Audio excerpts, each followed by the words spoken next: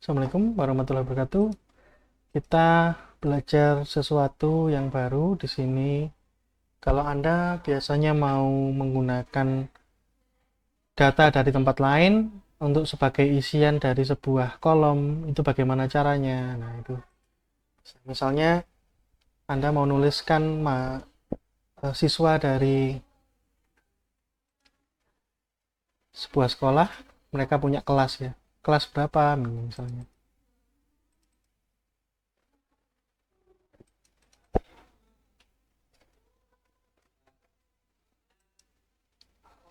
Nah, Anda punya referensi dari tempat lain, misalnya dari sini bisa, atau sheet lain bisa. Jadi kalau sheet lain ini Anda kasih nama kelas, daftar kelasnya gitu ya. Ini daftar kelas.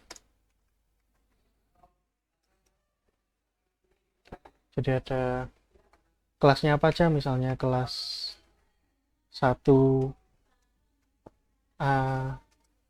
kelas 2A,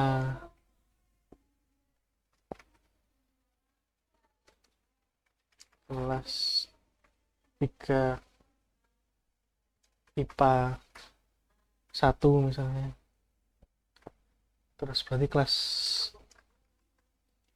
1B, kelas 1C,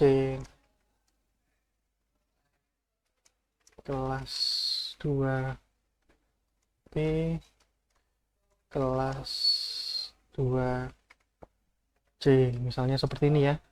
Untuk kelas 3 satu aja buat contoh ini.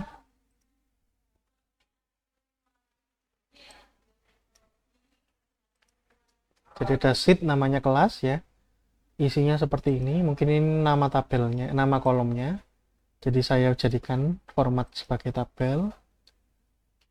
Mungkin seperti ini.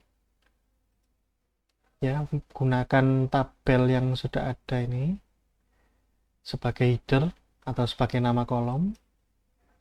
Ketika dicentang maka nama kolomnya adalah yang sudah ada tadi, daftar kelas.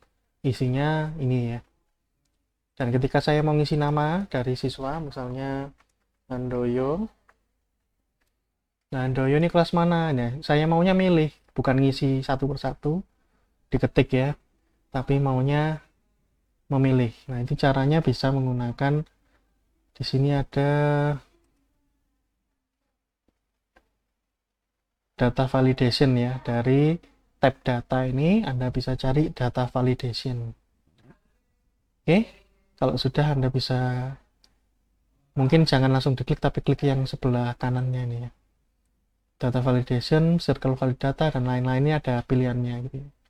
Kalau Anda langsung klik juga enggak masalah, ini akan muncul yang data validation, bukan yang lain. Dan kita memang butuh yang ini ya teman-teman. Terus Anda bisa pilih yang list. Oke, jadi kalau kita pakai list, ini kita nanti harus menentukan listnya dari mana, sumbernya dari mana. Oke, kita bisa pergi ke kelas,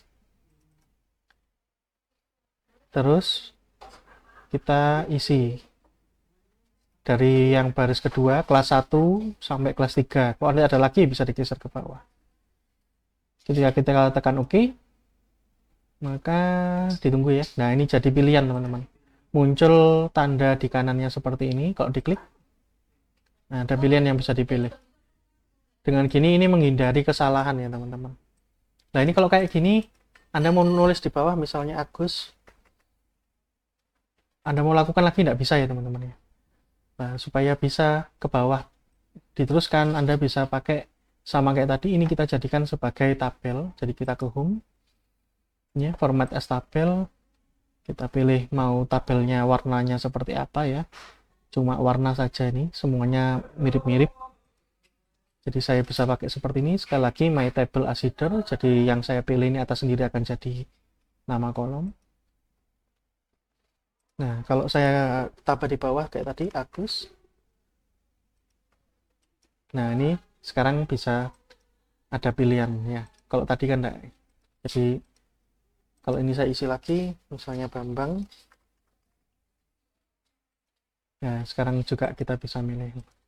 Jadi melanjutkan. Jadi kita ketik atau kita klik bawahnya ini kita isi, maka dianggap kita akan melanjutkan isi dari tabel yang sudah ada. Mungkin itu materinya teman-teman. Jadi kita bisa mengambil data dari tempat lain untuk sebagai referensi. Terima kasih. Wassalamualaikum warahmatullahi wabarakatuh.